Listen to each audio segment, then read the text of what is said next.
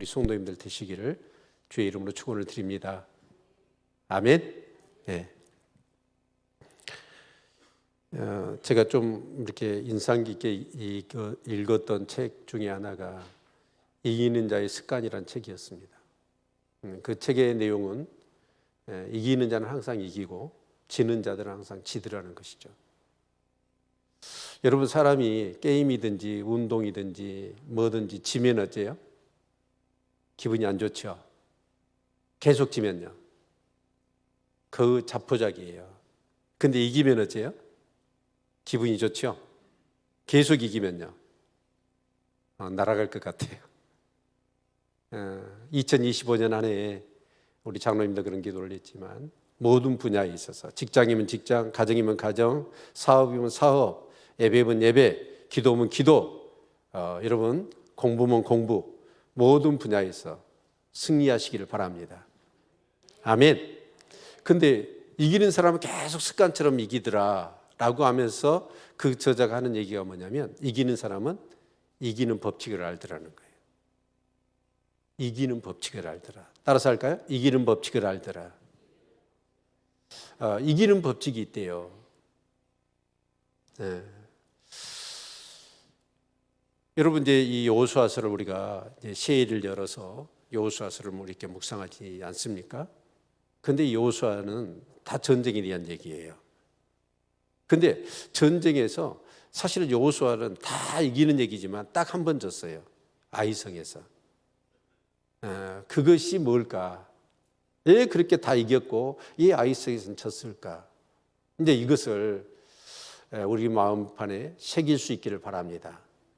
그래서 이 이기는 법칙을 우리가 얻잖아요. 그러면 2025년은 다 승리예요. 어찌 아멘을 안 하세요? 하나님 안 믿으세요? 하나님 말씀을 믿어야죠. 아멘. 그래서 여호수아서는 그 얘기를 해주는 거예요. 네. 그래서 우리 사는 성도님들 2025년에 다 이깁시다. 승리합시다.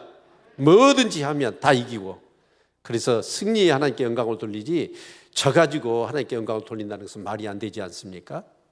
그렇죠? 네, 그래서 승리하실 수 있기를 주님의 이름으로 축원을 드립니다. 네. 저는 참 걱정이 돼요. 왜 그러냐면, 자, 전쟁에서 승리하기 위해서 가장 이제 가령 이제 군인들로 얘기를 든다면, 군인들 월급을 200만 원으로 올려주면 군인들이 전쟁 잘할까요? 어떻게 생각하세요? 사기는 높아지겠지요. 제가 그래서 몇 가지를 조사를 해봤어요. 그래서 사병, 병장 월급을 200으로 올려준답니다. 그리고 운동복을, 지금 군인들한테 지급되는 운동복이 그 브랜드가 뭐냐면 래시가드더라고요. 들어보셨어요? 여러분도 안 들어봤죠? 래시가드는 굉장히 그 인드 쇼핑을 하거나 그런 어떤 스포츠 스타들한테는 기능성 이렇게 옷으로 굉장히 유명한 제품입니다. 그리고 저희 때는 어떠냐, 그런 거 없어요. 추리닝 그런 거 입었거든요. 그리고 요즘 이제 그 군대에서 깔깔이 입었거든요. 저희들은 깔깔이 아시죠? 간혹 이제 이렇게 이렇게 이 짜가로 돌아다니는 것들이 있어요. 근데 지금은 군인들이 아주 브랜드 있는 패딩을 입어요. 그리고 핸드폰을 지급합니다. 지참을 하게 있고 제한구역들이 있거든요. 그런 거 다 폐지해 버렸습니다. 이렇게 아주 그 군인들한테 욕심난 것 중에 하나가 있는데, 그게 뭐냐면 침투조들이 입는 옷이라고 그래요. 근데 이제 그런 옷은 다 핸드메이드로 한대요. 그래가지고 아주 좋은 제품을 군인들한테 주거든요. 자, 그럼 군인들한테 그런 막 해가지고 확 사기 진작을 해주고 이런 뭔가 보급품을 최고로 이렇게 해주면 전쟁하면 다 이길까요? 내가 볼 때는 민주화는요, 다른 데는 다 시켜도요, 군대는 민주화 시키면 안 돼. 옛날 6.25 때 학도병들이 진짜 이제 훈련도 안 받고 나라를 지키기 위해서 북한 그 공산당이 쳐들어오니까 어떻게 해요? 공중에다 빵빵빵 이렇게 쐈잖아요. 요즘 군인들 그러지 않을까 생각이 들 정도예요. 자, 그런데 여러분, 아무리 무기가 좋고 이렇게 보급품이 좋고 그런다고 해서 전쟁에서 이길까요? 제가 볼 때는 아닌 것 같아요. 군인들한테 제일 중요한 건 군인 정신 아닐까요? 아멘. 군인 정신이, 그러기 위해서는 정말 굉장한 훈련 중에 가장 중요한 훈련이 뭐예요? 명령에 복종하는 거예요. 그래서 군인들은 그렇잖아요. 이렇게 전시에 그 지휘관, 직속 상관의 명령을 거역하면 어떻게 해요? 그 자리에서 총살을 할 수 있어요. 그만큼 군대에 있어서 중요한 건 뭐예요?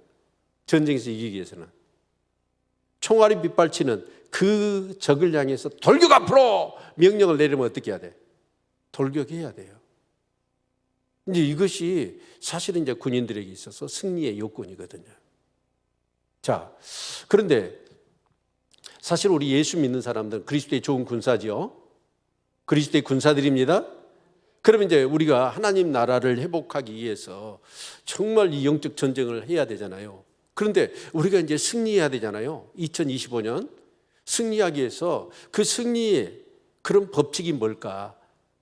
이건 너무너무 소중한 것 같아요. 그래서 2025년을 시작하면서 우리가 이제 여호수아서를 이렇게 묵상하지 않습니까? 자, 그래서 우리가 이 여호수아서의 말씀을 통해서 승리의 그런 비결을 얻을 수 있기를 축원합니다. 그래서 오늘 이 어떻게 보면 여호수아서의 이 말씀은 물론 이 첫 주가 있었지만 오늘도 다시 한번 정리하는 마음으로 이 전쟁이 어떤 전쟁이며 이 전쟁에 있어서 나는 누구이며 왜 이 전쟁을 해야 되고 그래서 이 전쟁에서 어떻게 해야 승리를 얻는가라는 것들에 대한 분명한 이해가 있어야 2025년 우리가 승리하게 될 줄로 믿습니다. 아멘. 자, 그런데 여러분, 이스라엘 백성들이 이제 요단강을 딱 건너갔거든요. 그리고 아직 전투는 일어나지 않았어요.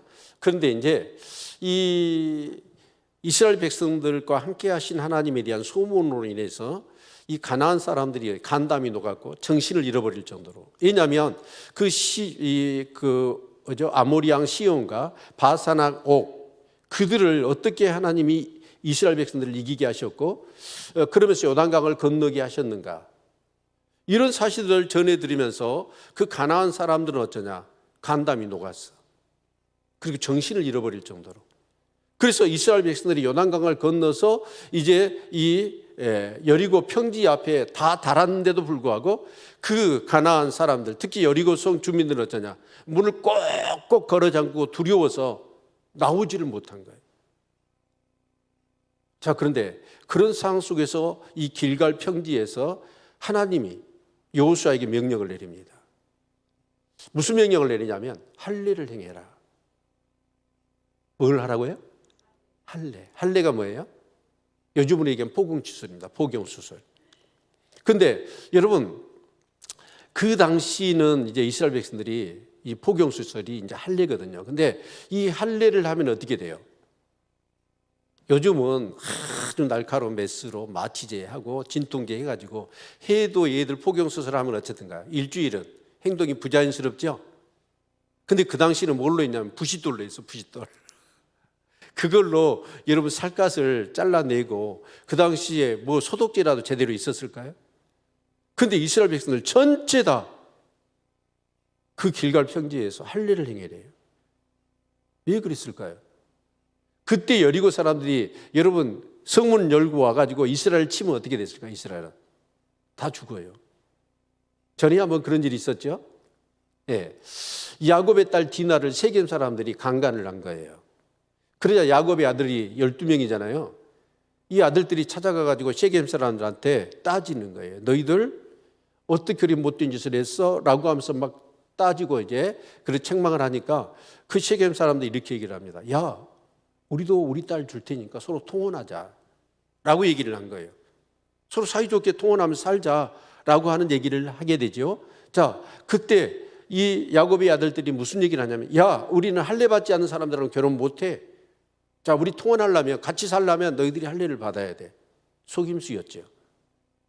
그저 순진한 세겜 사람들이 어떻게 하냐? 다 할례를 했어요. 할례를 하고 나니까 어떻게 움직일 수 있어요, 없어요? 움직일 수가 없어요. 그래서 그 야곱의 큰아들 루벤과 그리고 셋째인가요? 레이가 칼을 들고 가서 두 사람이 세겜 남자들을 다 죽여버렸습니다. 도륙을 해버린 거예요. 그 정도로 여러분 할례를 받고 나면 움직이지를 못해. 근데 이스라엘 백성들이 지금 가나안 정복 전쟁을 하러 가가지고 그 땅에 들어가서 할례를 해요? 이거 죽으려고 한장한 거잖아요. 근데 그걸 하나님이 하라고 그러신 거예요. 왜 그랬을까요? 예, 할례는 어떤 개념이냐면 아브라함에게 할례가 제일 처음 시행되지 않습니까? 그런데 하나님께서는 아브라함에게 언약을 이렇게 약속을 하십니다. 그걸 언약이라고 그래요. 그런데 그 언약이 핵심이 뭐냐면 9가지인가 되는데 그중에서 대표적인 것이 뭐냐면 첫 번째 큰 민족을 이루게 해 주신다. 두 번째가 뭐예요? 큰 민족이 살기 위해서는 뭐가 필요해요? 땅이 필요해요. 그리고 그 민족이 그 땅에 가서 뭘 해야 되냐면 제사장의 나라가 돼야 되고 마지막으로는 네 민족 가운데서 예수 그리스도가 태어나서 그 예수 그리스도를 통해서 천하 만민이 구원을 받게 하겠다. 이것이 아브라함에게 주신 약속이에요. 그렇죠? 근데 이제 아브라함은 그때 자식이 없었어요. 자식이 없었으니까 이제 아브라함은 어쩌냐? 큰 민족이 된다, 뭐 이름을 창대케 한다 라고 할 때 이 아브라함에게 가장 욕심나는 게 뭐냐면 후손이었습니다. 자식을 못 나니까. 자, 그럼 하나님이 약속하셨으니까 어떻게 해요? 믿어야 되죠? 근데 시간이 지나도 하나님의 약속이 이루어지지 않는 거예요. 그러자 아브라함은 믿음이 식어버렸어요. 후손을 주신다라고 하는 그 약속에 대한 그런 믿음이 흔들리기 시작합니다. 그러면서 자기가 포기를 해요. 그럼 자기가 이제 종이 한 명이 있는데 엘리에셀이라고 아주 똘망똘망한 종이 한 명이 있어요. 그래서 이 엘리에셀을 내 후계자로 삼아서 이제 내 재산을 물려주고 그렇게 하겠다라고 얘기를 해요. 그러니까 하나님이 오셔가지고 뭐라 하냐? 아니야, 네 몸에서 날짜를 내가 줄게라고 또 다짐을 해요. 그런데 아브라함이 어쩌냐? 그러면 믿습니다 라고 했는데 또 시간이 지나도 하나님 주셔요, 안 주셔요? 안 주시는 거예요. 그러자 엄한 짓을 해버리죠. 네. 네. 자기 아내 사라의 몸종이었던 하가를 통해서 옛날 조선시대 때 그랬잖아요. 씨바지라고 그랬잖아요. 부인이 얘기를 못 나니까 씨바지를 통해서 후손을 이어가려고 그 사라의 몸종이었던 하가를 통해서 자식을 낳아버려요. 그 애가 누구예요? 이스마엘입니다. 그래서 지금 중동의 전쟁이 누구하고 싸움이에요? 이스라엘과 그 아랍과의 싸움이에요. 그 싸움이 지금까지 이어진 거예요. 그렇죠? 그러자 하나님이 어떻게 하십니까? 하가 단단히 나셨어. 그래서 13년 동안 침묵하셔버려. 내가 약속을 했는데 네가 믿지를 못하는구나. 그래서 하나님 침묵을 하시다가 하나님 다시 아브라함에게 짠 하고 나타나셔요. 그래가지고 네 이름 고쳐. 그래서 아브라함을 아브라함으로 그냥 한 가족의 아비가 아니라 너는 열국의 아비가 돼. 그래서 이름을 바꿔주는 거예요. 이름에다가 뭘 담아놓은 거예요? 하나님의 약속을 새겨놓는 거예요. 그리고 할례를 해. 그래서 그 할례를 통해서 하나님의 언약을 그 살갗에다가 새겨놓은 거예요. 그래서 너 화장실 갈 때마다 이 하나님의 언약을 기억해라 라고 살갗에다가 언약을 새겨놓은 거예요. 그러니까 할례가 중요한 게 아니라 뭐가 중요해요? 하나님의 약속이 중요한 거예요. 자꾸 아브라함이 믿지 않고 그냥 자기 방식대로 하려고 하니까. 그래서 이제 할례를 받게 된 거잖아요. 근데 이제 이스라엘 백성들이 출애굽하고 나서부터 할례를 안 했어. 할례를 안 했기 때문에 그래서 하나님께서는 이제 요단강을 딱 건너서 이 길갈 평지에서 다 이스라엘 백성들이 20세 이상으로 다 할례를 한 거예요. 자, 거기에 할례가 중요한 게 아니라 뭐가 중요하다고요? 언약이 중요하다고. 그래서 이 가나안 땅을 누가 준다? 하나님이 너희한테 줄 거야. 그 얘기잖아요. 이미 하나님이 아브라함 때 이 땅을 주신다고 말씀하셔서 그러니까 우리는 뭐예요? 하나님이 주신 것을 믿음으로 취하는 거죠. 아멘. 그게 바로 가나안 전쟁이라는 거예요. 아멘입니까? 하나님이 주신 거예요. 근데 주신 것을 내가 믿음으로 취하는 거예요. 믿으십니까? 그 약속을 너희들이 믿어라. 그래서 너희들은 나의 언약 백성이고 내 백성이다 라는 것이죠. 자, 그래서 이제 할례를 이제 행하게 하신 것이죠. 그래서 이제 할례를 끝나고 나서 이제 여호수아가 이스라엘 백성들과 함께 이제 여리고성을 정복하려고 전쟁을 하려고 딱 간단 말이에요. 근데 그때 짠 하고 앞을 가로막고 있는 아주 거인 큰 용사가 딱 앞에 서 있는 거예요. 그러자 여호수아가 깜짝 놀라가지고 야, 소속을 대! 내 편이야 적편이야. 전쟁 때는 그게 중요하잖아요. 그랬더니 그 사람이 뭐라고 했냐면 네 편 내 편 얘기한 게 아니라 나는 여호와의 군대 장관이다 라고 얘기를 하는 거예요. 그러자 아브라함이 거기서 넙죽 엎드립니다. 그러면서 나에게 하신 말씀이 있으십니까?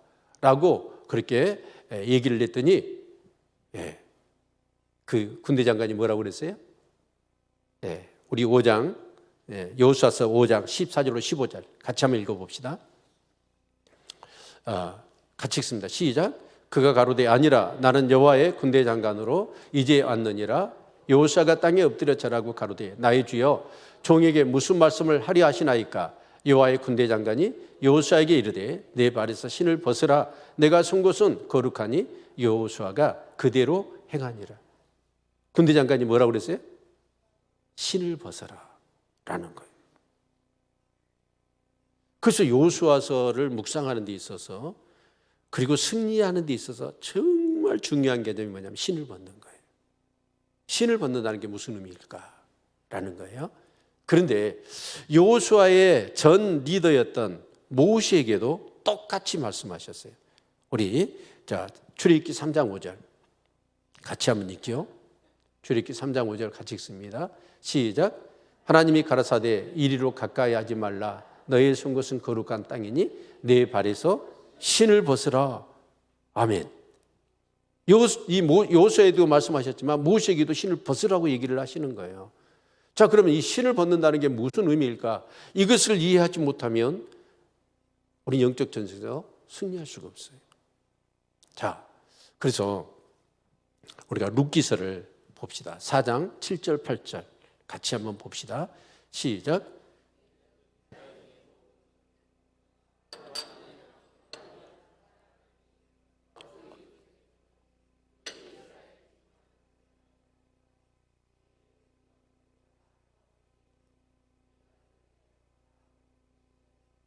네, 우리 따라서 합시다. 기업 물을 자. 기업 물을 자. 기업 물을 자가 뭐냐면 이 보아스가 이제 하는 얘기예요. 이 말은. 근데 이제 보아스가 가만 보니까 갑자기 어떤 여인이 등장했어. 그래서 알아봤더니 이 여인의 이름이 룻이에요. 근데 룻의 어머니가 누군가 봤더니 나오미인 거예요. 그래서 그 집안 내력을 쭉 살펴봤더니 나오미가 그 자기 남편하고 이 베들레헴 땅에 기근이 생기니까 모압으로 건너간 거예요.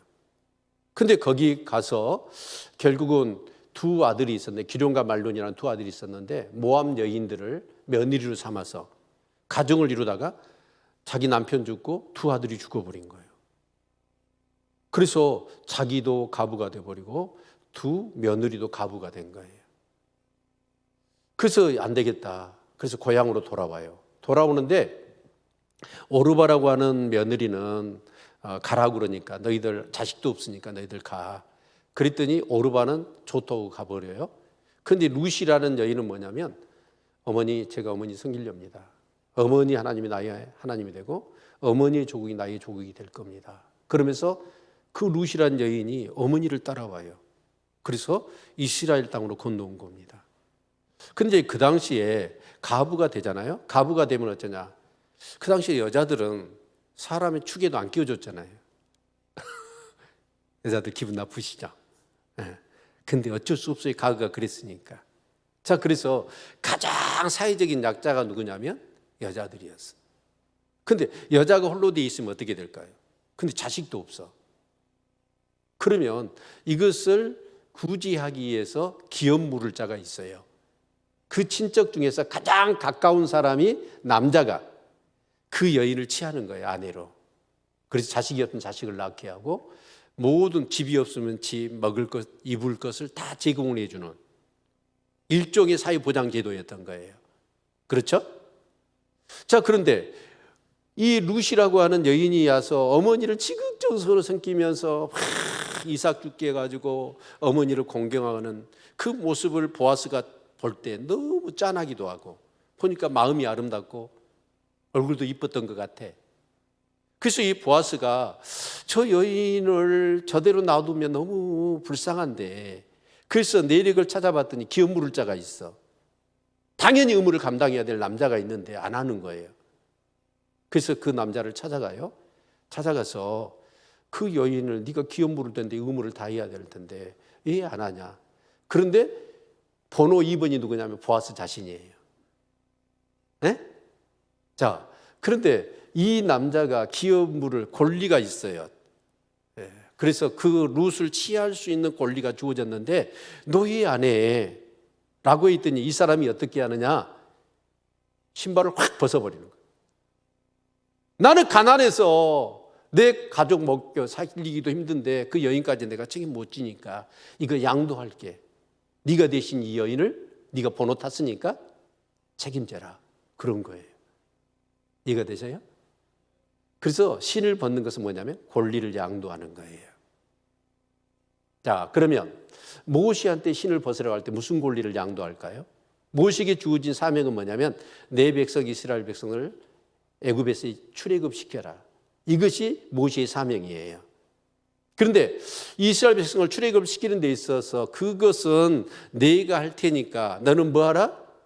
그 권리를 나한테 양도하고 너는 따르기만 해.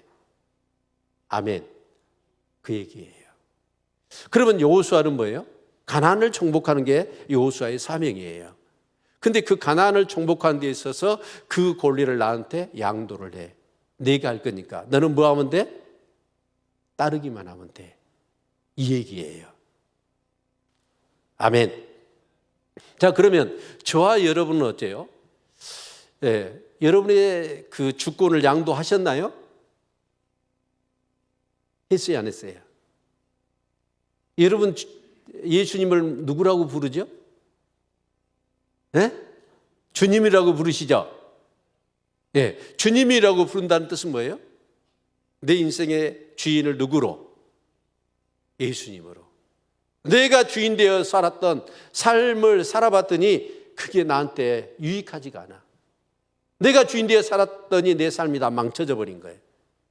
그것을 뼈저리게 느낀 사람들이 예수님이 내 주인 되어 주세요. 그래서 내 주인의 주권을 주님께 양도한 사람들. 그래서 우리는 뭐예요? 신을 벗은 사람이에요. 아멘. 내가 내 주인 되기를 포기한 사람들. 그리고 그 주인됨을 누구한테? 주님께 맡긴 사람들. 이게 바로 저와 여러분의 삶입니다.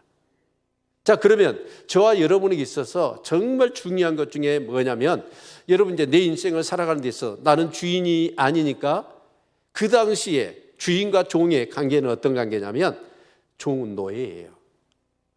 노예는 뭐예요?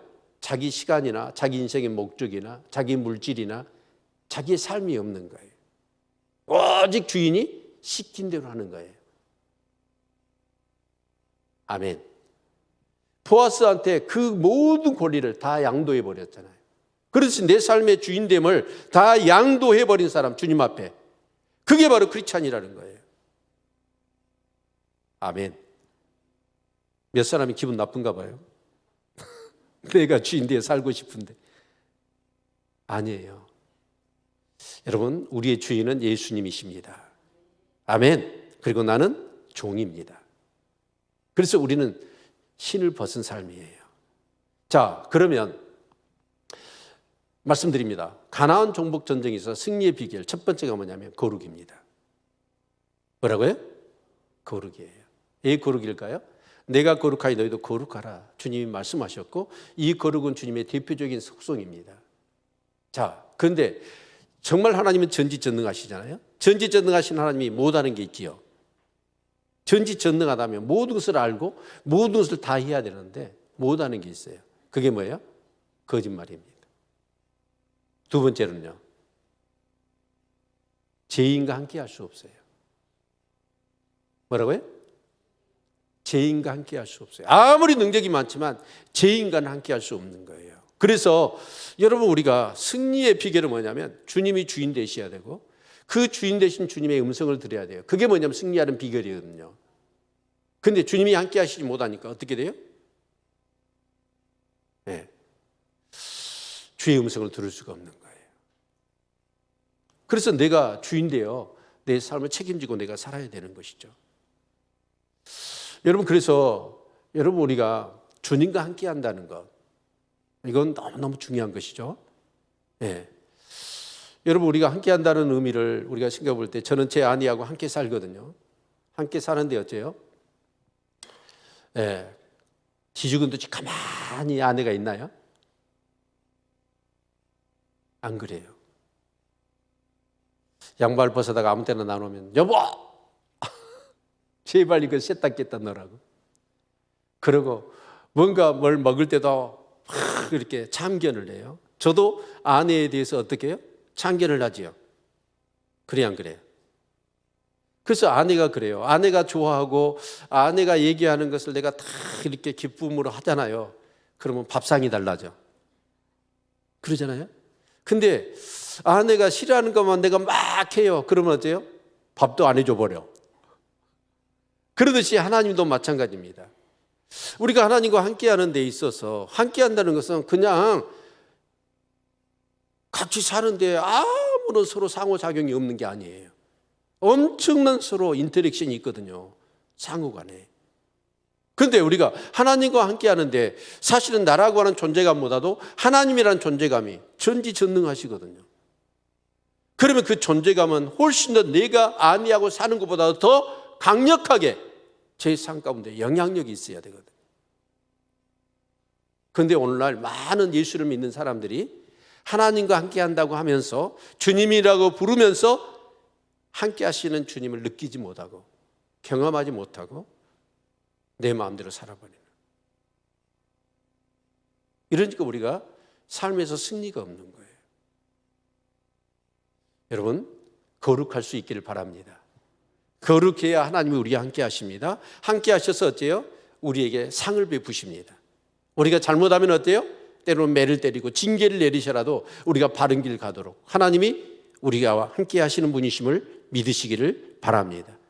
그리고 믿을 뿐만 아니라 함께 하신 하나님을 경험하는 삶이 되시기를 축원합니다. 그게 바로 저기 얘기하는 동행이에요. 사망의 길을 가요? 근데 너 거기 가서 뒤져버려라 그러고 냅두나요? 아니에요. 그 사망의 길을, 제약의 길을 가면 어쩌냐? 하나님이 나를 이끄셔요. 너 그걸로 가면 안 돼! 라고 하면서 하나님이 말씀하셔요. 그리고 생명의 길, 바른 길을 가도록, 의의 길을 가도록 나를 이끄시잖아요. 그게 바로 동행이에요. 내가 좋은 일을, 착한 일, 하나님이 원하시는 하나님의 뜻을 하면 하나님이 막 밀어주시는 거예요. 하늘에만 신령한 영적 자원들을 동원해서 우리의 삶을 팍팍 밀어주는 거예요. 아멘. 그게 함께 하시는 하나님이거든요.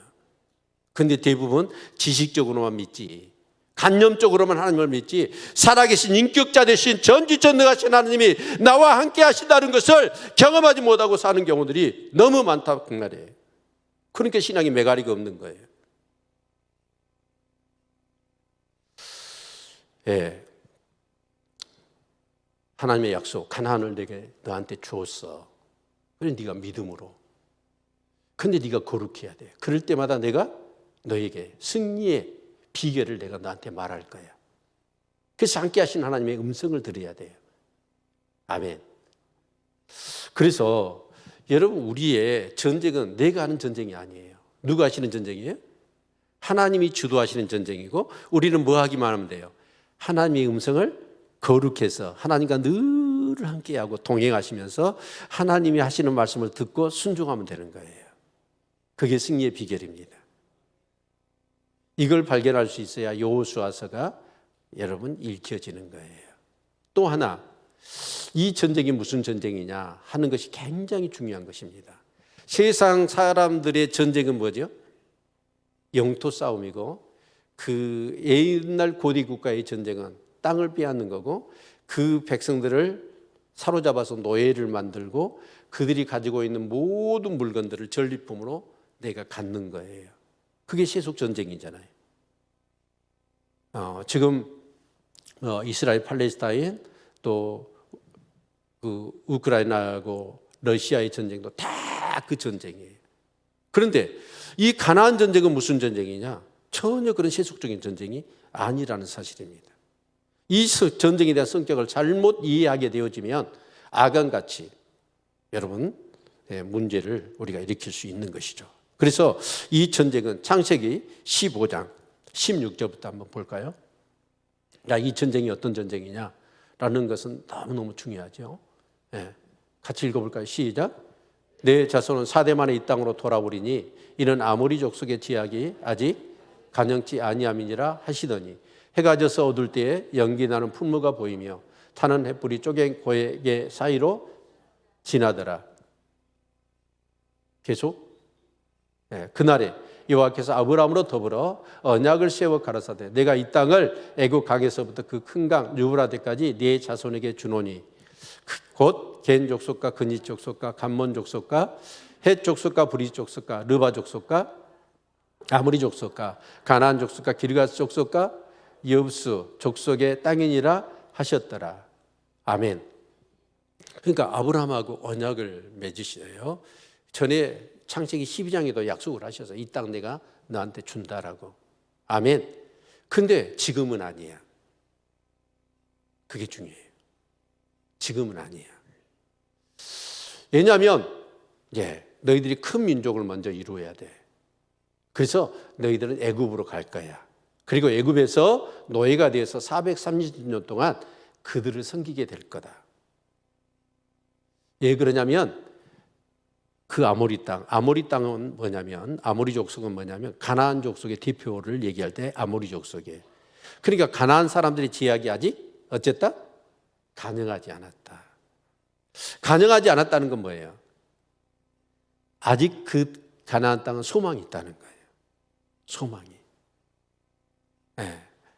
회복될 수 있는 소망이 있다는 거예요. 자, 그런데 이 가나안 땅이 시간이 지날수록 어떠냐? 회복이 되어지고 좋아지는 게 아니라 공의롭고 정의로운 사회가 된 게 아니라 더 제약에 의해서 완전히 간영돼 버린 해생불능의 제약의 땅이 되어질 거다라는 얘기입니다. 그런데 여기서 우리 한 가지 기억해야 될 것은 하나님은 전지전능하시죠. 무소부지하시죠. 그래서 하나님은 어떠시냐면 우리는 현재에서 한 치 앞을 못 내다봐요. 근데 하나님은 어떠시냐면 현재에서 100년, 200년, 1000년, 2000년 앞을 내다보셔요. 시간의 구애를 안 받으십니다. 그러니까 인류의 역사의 미래가 어떻게 될 것을 하나님 다 알고 계시는 거예요. 그러니까 그 계획을 세우시는 거죠. 아멘. 그래서 너희들이 큰 민족이 되어서 그 애굽에서 출애굽할 때 되어지면 이 가나안 땅은 지하기에 간영할 거다. 그래서 그때 너희들이 내 대신에 가서 그 땅을 너희들이 심판하는 거예요. 아멘. 그래서 이 가나안 전쟁을 뭐라고 얘기하냐면 헤렘 전쟁이라고 그래요. 따라서 합시다. 헤렘 전쟁. 헤렘 전쟁. 이 헤렘 전쟁은 뭐냐면 진멸하는 거예요. 한 사람도 남김없이 심판하는 거예요. 어떤 사람은 그런 얘기를 합니다. 하나님은 어떻게 그렇게 무자비해요? 어린아이까지 다 죽여야 돼요? 다 죽이라는 거예요. 왜 어린아이가 무슨 죄가 있냐고. 근데 하나님의 입장에서 보면 하나님은 어때요? 그 아이가 자라서 미래에 어떤 사람이 될 것을 알아요, 몰라요? 알아요.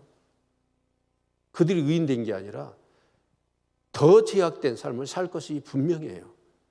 그래서 하나님이 이스라엘 백성들을 골로 보내서 뭐 하라는 거예요? 그 땅을 내 대신 내 이름으로 네가 심판해라.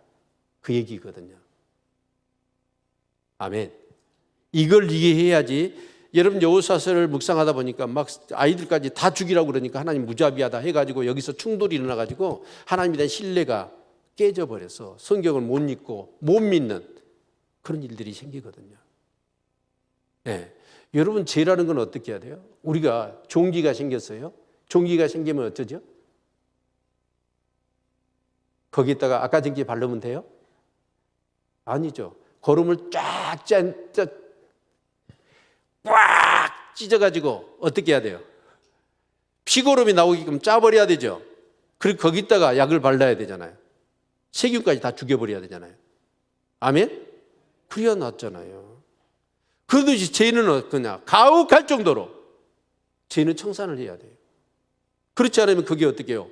바이러스처럼 조금만 남겨있으면 그것이 다시 살아나서 또 사회를 망쳐버리니까. 아멘. 그래서 이 전쟁에 대한 이해를 우리가 그렇게 할 수 있어야 합니다. 자, 그런데 이제 할례도 받았지요. 하나님의 그 약속을 믿고 이제 그 전쟁 신을 벗고 자, 다 맡겨. 내가 할 거니까. 그리고 너는 따르기만 해. 그래서 이제 여리고 첫 성을 정복하는 거예요. 싸우러 가는 거예요. 자, 근데 그 여리고성을 정복하러 싸우러 가는데 하나님이 이렇게 말씀하시는 거예요. 자, 여리고 정복하기 위해서는 이렇게 해라. 제일 앞에 군대를 앞세우라. 그 다음에 나팔을 부는 제사장들, 언약궤를 메는 제사장들, 그리고 그 다음 군대. 그렇게 생렬을 재가지고 여리고성을 하루에 한 바퀴씩 도라는 거예요. 그리고 마지막에는 7바퀴를 돌고 제사장들이 나팔을 길게 불면 함성을 질러라. 그러면 여리고성이 무너진대요. 누가 아멘 했어요? 믿어져요, 그게? 이야, 대단해요. 전쟁을 어떻게 그렇게 해요? 말도 안 되는 얘기잖아요, 이게. 그걸 어떻게 믿어요? 전쟁하는데. 말이 안 되는 얘기예요. 그런데 참 신기하게도 요단강을 건너게 했잖아요. 그 체험을 하고 나니까 이스라엘 백성들이 그때까지는 어쩌냐? 하나님을 경외하는 믿음이 있었어. 그래서 여호수아를 통해서 들려주신 하나님의 말씀을 그들이 믿고 그대로 따른 거예요. 그런데 하나님이 조건을 하나 붙이시더라고. 여리성을 돌 때 어떻게 하라? 절대로 입을 다물어라. 샷다 마우스. 입을 다물어라. 예, 그렇죠? 분명히 그런 얘기를 해요. 야, 이게 말이 되냐? 돈다고 성이 무너지냐? 아, 이거 미치겠다 진짜. 이런 얘기를 해요. 그럼 다른 사람이 들어요? 들으면 어떻게 해야 될까요? 나도 그래. 그러면 도는 것에 부작용이 생겨버려요. 교회는 항상 그렇습니다. 믿음을 가질 수 있기를 축원합니다. 근데 부정적인 말들을 하잖아요. 그럼 막 퍼지기 시작해요. 교회 공동체가 무너져 버립니다. 믿음이 없으니까. 근데 믿음이 있으면 어째요? 절대로 부정적인 말이 안 나와요.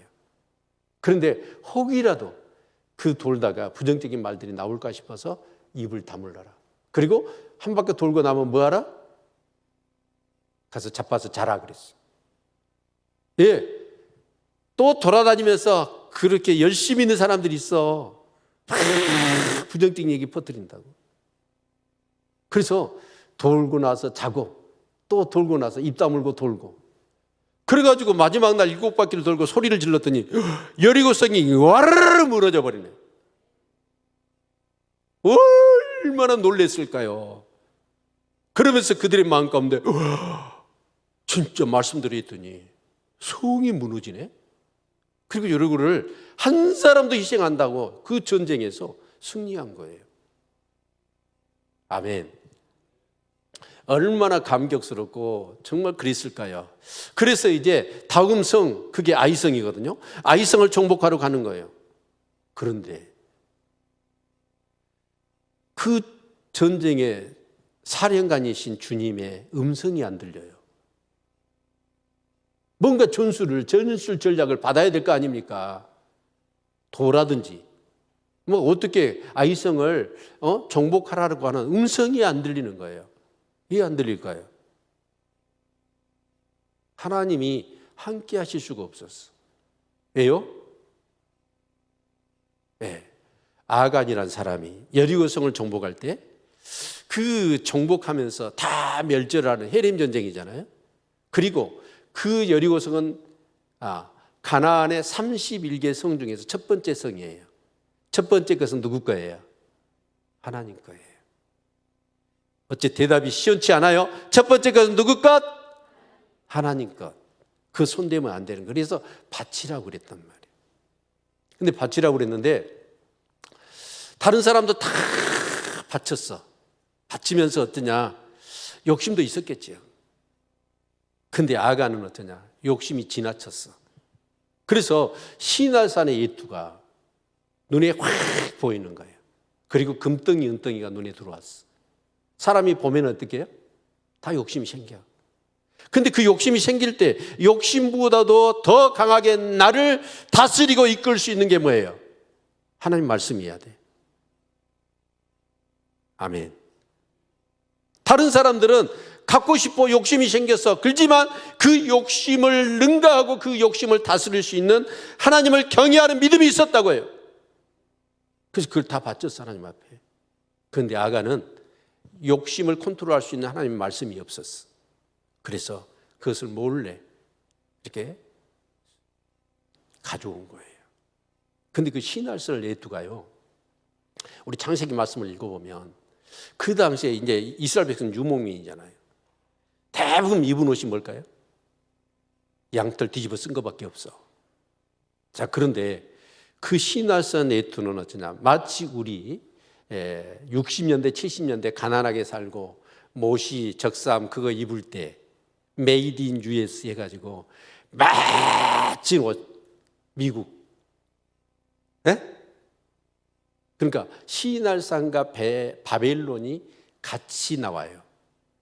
그러니까 지역이 같아.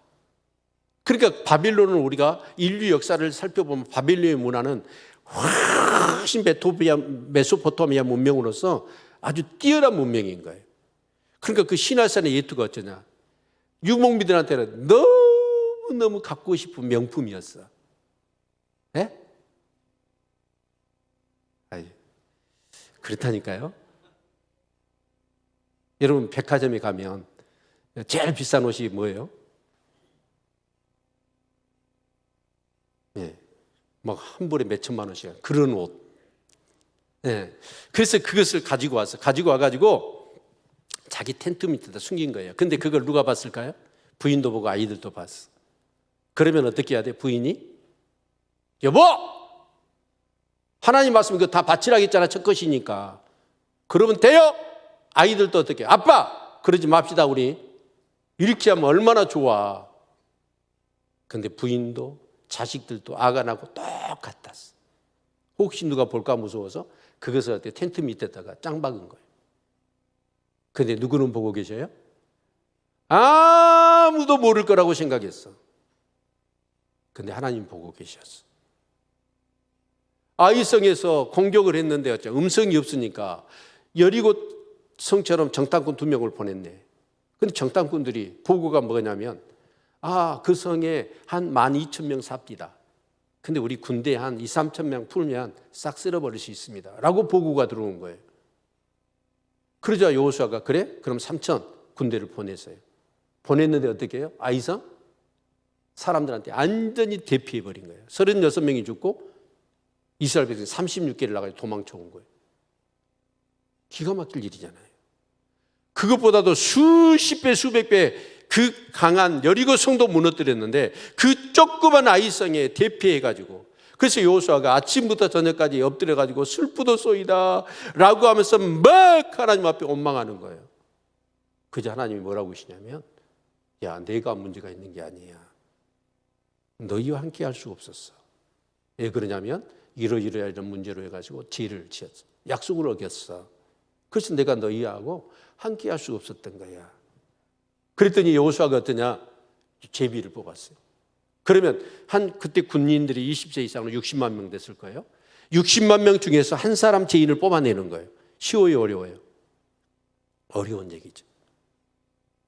그런데 이스라엘 백성들은 뭐냐면 항상 그럴 때마다 하는 시스템이 있어서 그게 뭐냐면 제비 뽑기예요. 그래서 12지파 족장들을 몰아간 거예요. 그래서 뽑았던 유다지파가 뽑혀. 유다지파 이제 그 집안들이 있었겠잖아요. 엄청 많았을 거예요. 근데 그 유다지파 사람들 중에 누가? 네, 삽디 그리고 또 제비를 뽑아서 아간이 뽑힌 거예요. 그래서 여러분 이제 우리가 그렇잖아요. 이 증거물이 나와야 되잖아요. 고백도 나와야 되고. 그래서 아간한테 추궁을 했어. 그랬더니 아간이 이실직고를 해. 그래서 시날산의 옛도한벌과 그 문둥이에 욕심나서 그를 훔쳐다가 하나님께 바쳐야 될 것을 내가 이렇게 감추었습니다 라고 얘기를 하는 거예요. 그런데 그 제비를 뽑아오는 과정 속에서 아간이 회개를 했으면 얼마나 좋아요. 이 멍청한 인간이 제비 뽑을 때까지 말을 않는 거예요. 그래서 여호수아는 어떠냐? 이 제 문제를 해결해야 되거든요. 그래서 아간의 집안을 어떻게 하냐? 이제 돌로 쳐요. 중동은 그렇잖아요. 예. 그래서 아이부터 어른까지 와가지고 탁 돌로 치는 거예요. 그게 돌무더기가 된 거예요. 하나의 어떻게 보면 그것이 좋지 않는 의미로 기념비가 된 거죠. 근데 그 제 문제를 해결했더니 하나님이 다시 어떻게 해요? 함께 하시면서 말씀이 와. 아멘. 이게 중요한 거예요. 제 문제를 그래서 해결해야 되는 거예요. 우리가 예배 드리는 건 예배 드리는 데 있어서 가장 중요한 것 중에 하나가 뭐예요? 제 문제를 해결한다는 거예요. 아멘. 네. 그래서 하나님의 음성이 딱 들려와요. 그게 뭐냐면, 자, 아이성을 공격할 수 있고 이길 수 있는 전략과 전술을 하나님 말씀하시는 거예요. 그게 뭐냐면, 복병, 매복을 해라. 그래서 밤에 멀리 어떻게 하냐면, 아이성 뒤로 은밀하게 아이성 사람들이 눈치를 못 채게끔 정숙보행을 해가지고 밤에 아이성 뒤, 베델과 아이라고 하는 성 사이에 매복을 하게 해요. 이것은 두 가지입니다. 하나는 뭐냐면 베델의 군대가 아이성 협조를 못하도록 차단시키는 거고, 또 하나는 뭐냐면 유인정책을 펴요. 그래서 이제 다음날 날이 밝자 여호수아가 군대를 이끌고 가서 아이성 앞에 가서 싸움을 걸어요. 싸움을 거니까 이 아이성 사람들이 전에 이겼잖아요, 크게. 그러니까 이것들이 또 왔네 그러고는 정 군대가 어떻게 해요? 이 여호수아를 공격을 해요. 그때 여호수아는 유인 작전을 펴요. 그래서 도망을 가요. 20-30km를 도망을 가요. 그러니까 이제 아이 사람들이 어떻게 하냐? 그 성에 보초라도 좀 남겨야 될 텐데 오늘 성경을 읽어보니까 군사는 한 명도 안 남겨놓고 정 군대가 여호수아 군대를 쫓은 거예요. 그때 뒤에 매복에 있던 여호수아의 군대가 아이성을 점령을 해요. 그리고 거기서 또 추격을 해요. 그래가지고 이 아이성 사람을 가운데 놓고 앞뒤에서 결국 섬멸을 한 거죠. 그래서 이게 진멸진정이라고 그랬죠. 그래서 12,000명의 아이성의 사람들을 다 죽여요. 자, 여러분 우리가 승리할 수 있는 것은 뭐예요? 하나님이 함께 하셔야 되죠. 그리고 하나님의 음성을 들어야 돼요. 그리고 그 말씀에 순종해야 돼요. 그런데 여러분 여리고성의 정복의 전술이 다르고 아이성의 정복의 전술이 달라요. 그리고 이제 북방왕, 남방왕들과 또 싸우거든요. 그때마다 하나님은 상황에 따라서 전술 전략을 달리해 주셔요. 그래서 여러분 우리가 승리하기 위해서는 뭐예요? 첫 번째 거룩해야죠. 죄가 있으면 빨리 해결해야 돼요. 단호하게 해결해야 돼요. 그리고 하나님이 함께 하시고 그때마다 하나님이 주시는 음성을 들을 수 있기를 바랍니다. 그리고 그 말씀에 순종해야 돼요. 근데 어떤 말씀은 여리고성처럼 도라고 하는 그런 메시지는 순종하기가 너무 힘들지요. 근데 이제 아이성은 어쩌냐? 전술 전략이 있잖아요.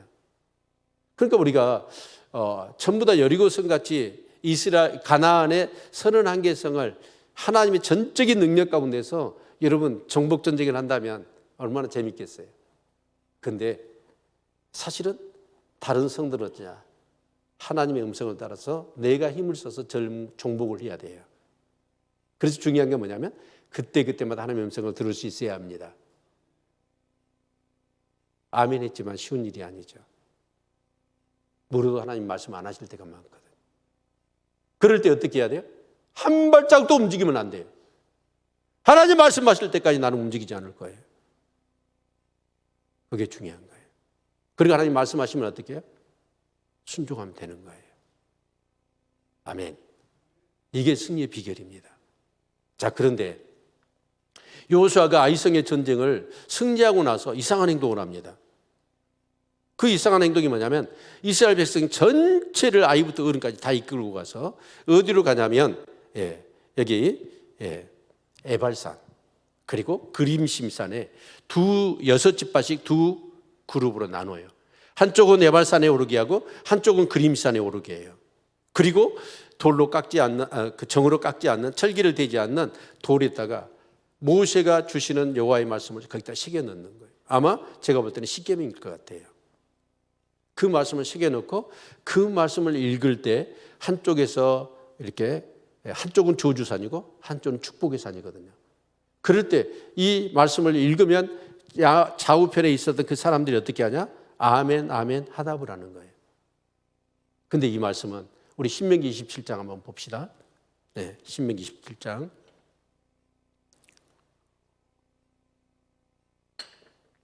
이 말씀 따라와야 돼요. 정신줄 놓으면 안 됩니다.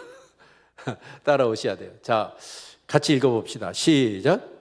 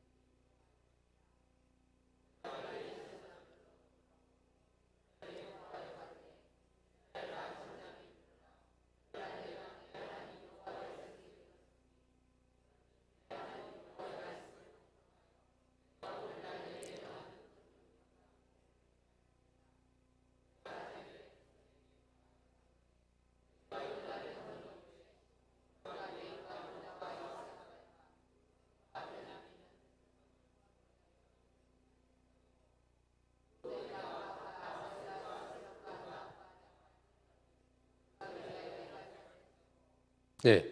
자, 여기까지만 읽어봅시다. 자, 모세가 이스라엘 백성들에게 이 얘기를 하실 때는 요단강을 건넜어요, 안 건넜어요? 안 건넜어. 근데 너희들이 요단강을 건너가면 에발산과 그리스산이 있을 거다. 그때 이렇게 해라 라고 말씀을 하신 거예요. 그렇죠? 그래서 여호수아가 아이성의 전투에서 1차전 졌잖아요. 그리고 2차는 승리했어요. 그러고 나서 에발산과 그림산 32km입니다. 적지 않은 거리입니다. 거기까지 전 이스라엘 백성들을 이끌고 가가지고 무슨 얘기를 하냐면 그 퍼포먼스를 그대로 하는 거예요. 자, 정리해 봅시다.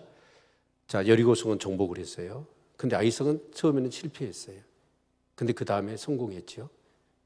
뼈저리게 경험을 했습니다. 승리도, 영광스러운 승리도 경험해보고 뼈아픈 그런 패배도 경험해봤습니다. 그리고 나서 이 퍼포먼스를 하면서 뭐라고 얘기를 하냐면 너희들이 경험해봤지 않느냐. 어떤 것이 승리하는 방법인지. 여러분, 한 번 승리 갖고는 안 되는 거예요. 계속 이겨야죠. 아멘. 그래서 이 퍼포먼스를 통해서 이스라엘 백성들이 계속해서 이제 29개가 남았잖아요. 그 성을 정복해야 되는데 그 승리의 비결이 뭐다? 첫 번째, 거룩해라. 두 번째, 순종해라. 그래서 그 하나님 말씀을 읽을 때 한쪽은 저주의 산에서 한쪽은 축복의 산에 서서 그들이 말씀대로 살면 하나님이 승리하고 축복하실 것이고 살지 않으면 이처럼 패배하고 저주를 받을 것이다 라는 사실을 전부 다 어린아이부터 어른까지 아멘 하라고. 한 번 승리 갖고는 안 됩니다. 계속 이겨야지요. 그래서 이 퍼포먼스를 통해서 이스라엘 백성들 마음 가운데 승리의 비결이 무엇인지를 각인시킨 거예요. 아멘. 여러분, 한 말씀만 더 말씀드리겠습니다. 로마가 기독교를 10대 황제가 계속해서 핍박을 했습니다.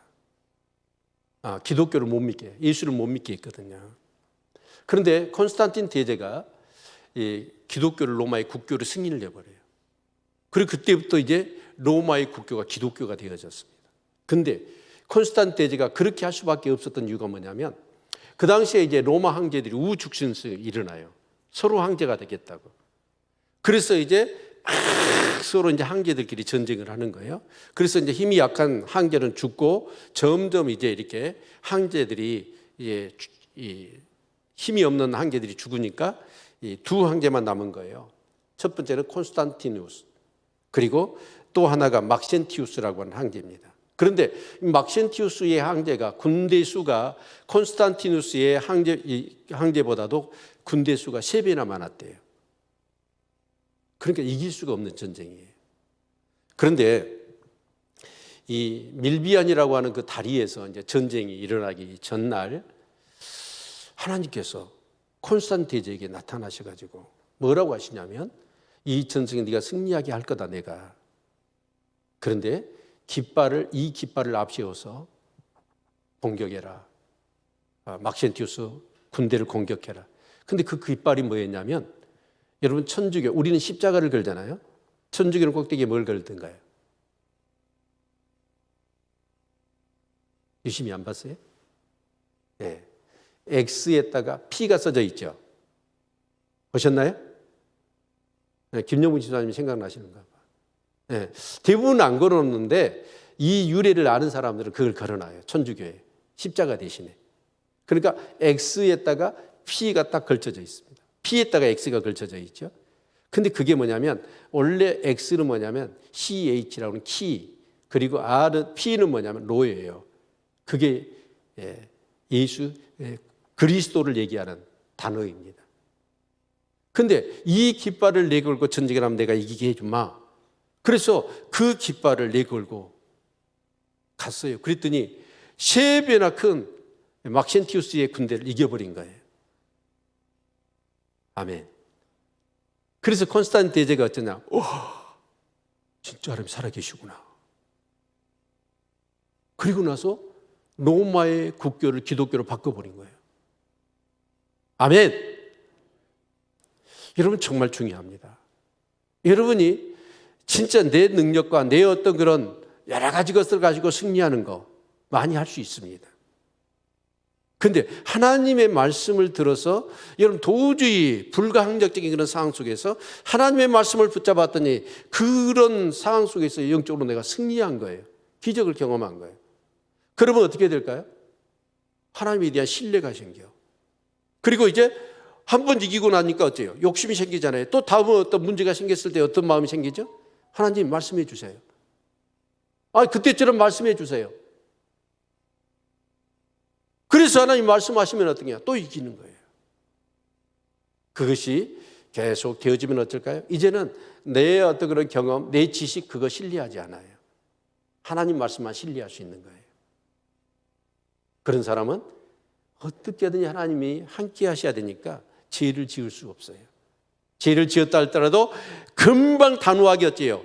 그 아간을 처단하듯이. 제가 볼 때는 아이성을 공격하고 나서 그 전리품을 전부 다 너희들이 가져라 그랬어요. 제일 불쌍한 사람이 누구냐면 아간이에요. 아간은 시내산 애투하고 그 문덩이 한 번이나 입어봤을까요? 한 번도 입지 못하고 그것 때문에 죽었어요. 바쳐야 될 것을 바치고 나머지 30개의 성에서 얻은 것은 전부 다 자기 거거든. 그런데 바쳐야 될 것을 욕심내서 자기가 누려야 될 30개의 성에서 얻어야 될 것들을 구경도 못하고 죽임을 당했어요. 어리석은 거지요. 승리하시길 바랍니다. 승리하시길 바랍니다. 거룩과 순종입니다. 기도하겠습니다. 하나님 은혜를 감사합니다. 시간의 강을 건너